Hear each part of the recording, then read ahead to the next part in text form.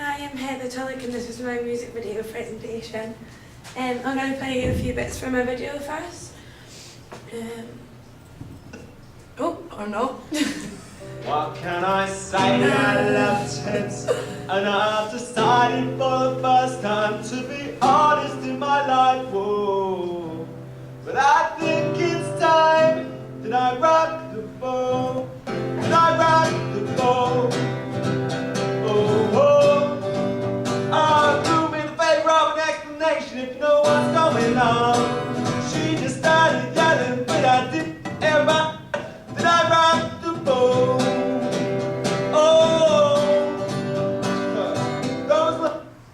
Okay.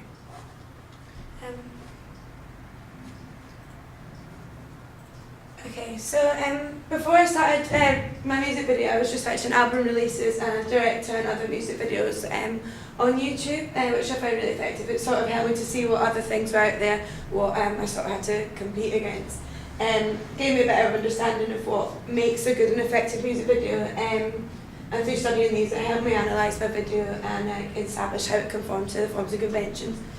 It's the same thing. So we researched Goodwin's theory and how it related to our music videos.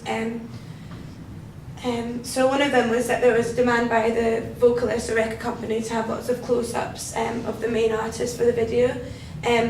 So I shot, when we went to shoot the video, I shot a lot of sets of close-ups of the artist, so that when it came to editing I had so many things to choose from, so I could get as many close-ups to help with the start iconography as I could, and also it's had lots of variety.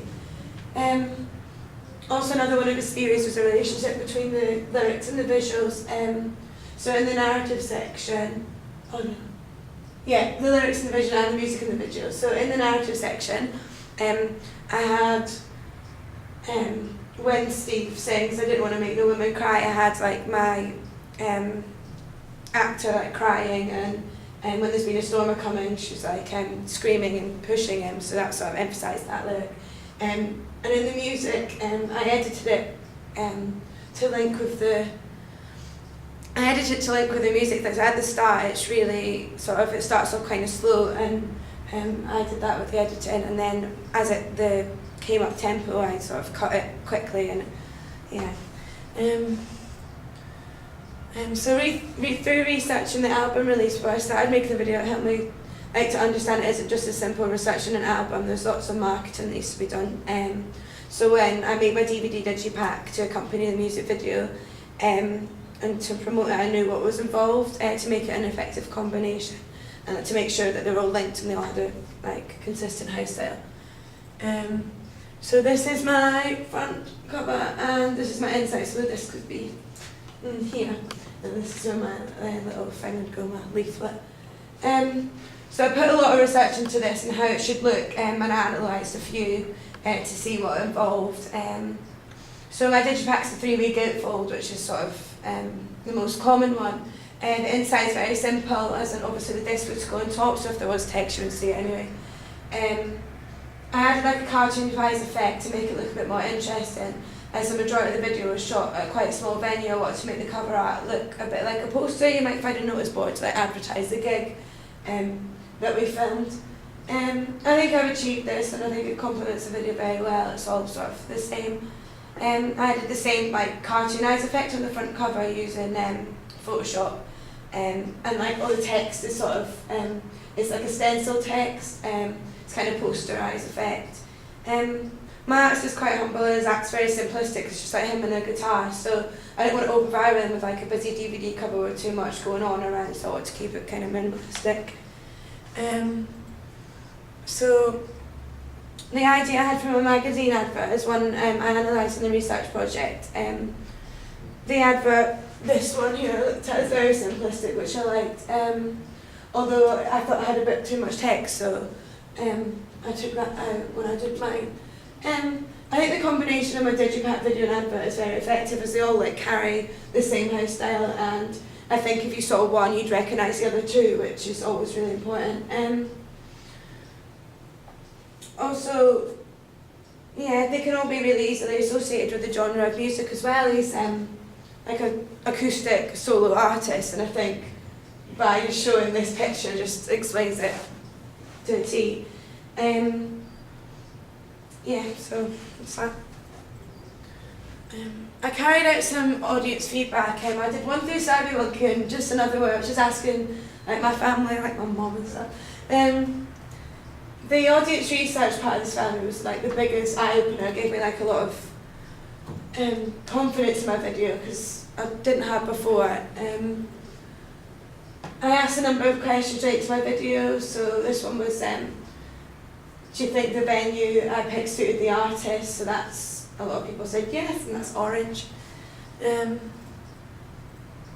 also asked my audience I asked my audience who the video would be aimed at, and the majority of people said 13 to 18-year-olds, which says that so that it helped me, like if I wanted to market it, like where to put it. Like obviously I could put it on Facebook, which a lot of 13 to 18-year-olds use, and things like that. So in the research section of my music video project, I researched magazine adverts and a few recent magazines. I researched a director and album release, and YouTube helped me a lot in researching the director's body of work. So YouTube was the most used piece of technology in my project, as it helped me during the whole process to research everything. The album release I reached was very interesting, as through researching it I found a game release that coincided. I was introduced to game demos online on YouTube.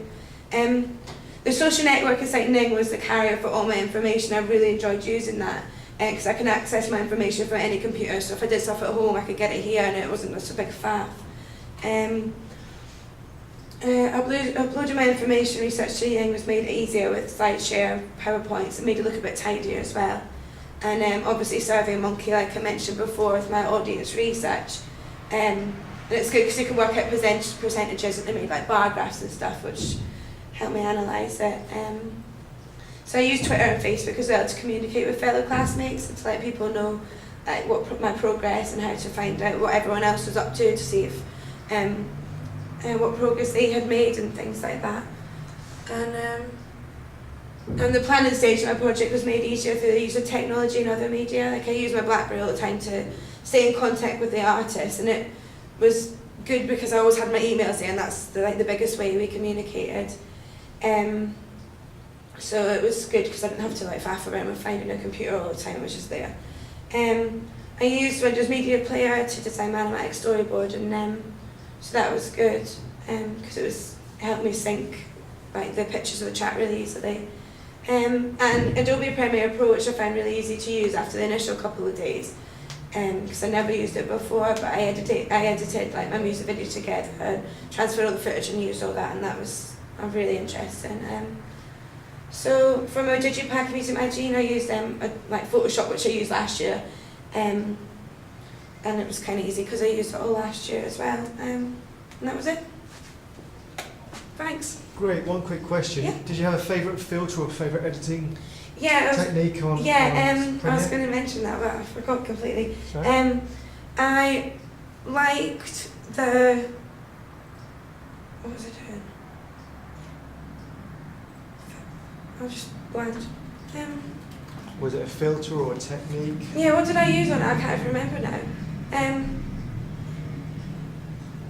I think the black and white part in my.